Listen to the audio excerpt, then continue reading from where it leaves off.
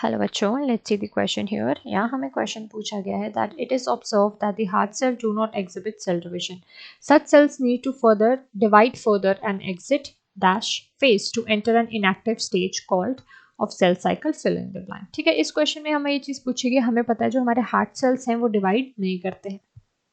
ठीक है, heart cell में डिवीजन नहीं चलती है, तो वो कौन से सेल्स हैं जो डिवाइड ना करके कौन सी स्टेज में जो है वो चले जाते हैं। ठीक है, such cells do not further divide and exit what and वो कौन सी स्टेज में एंटर करते हैं। ठीक है, हार्ट सेल की अगर हम बात करें तो ये हमारे हार्ट में प्रेजेंट होते हैं। ठीक है, जिसका काम होता है पंपिंग करना हमारे ब्लड को हमारे ऑर्गन्स की तरफ।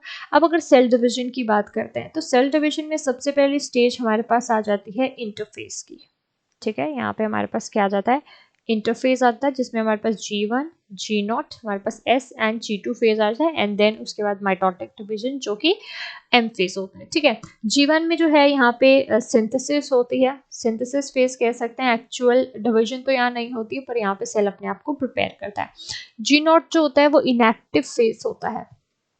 ठीक है, यहाँ पे S जो होता है यहाँ पे रेप्लिकेशन होती है, एंड G2 में हमें क्या देखने को मिलता है, सेल की जो है वो फर्दर ग्रोथ देखने को मिलती है बिफोर द डिविजन।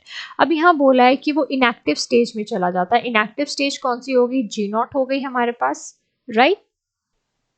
तो इस इनएक्टिव स्टेज से पहले हमें कौन सी स्टेज देखने को मिल रही थी, इससे G1, यानी कि जब हार्ट सेल को डिवाइड नहीं करना होता है वो इनएक्टिव स्टेज में चले जाते हैं जो कि G0 थी, एंड उससे पहले वो एग्जिट कर जाते हैं G1 से। ठीक है, जहाँ पे उनका प्रिपरेटरी फेज चल रहा होता है उससे वो एग्जिट करके G0 में चले जाते हैं और वो डिवाइड नहीं करते हैं।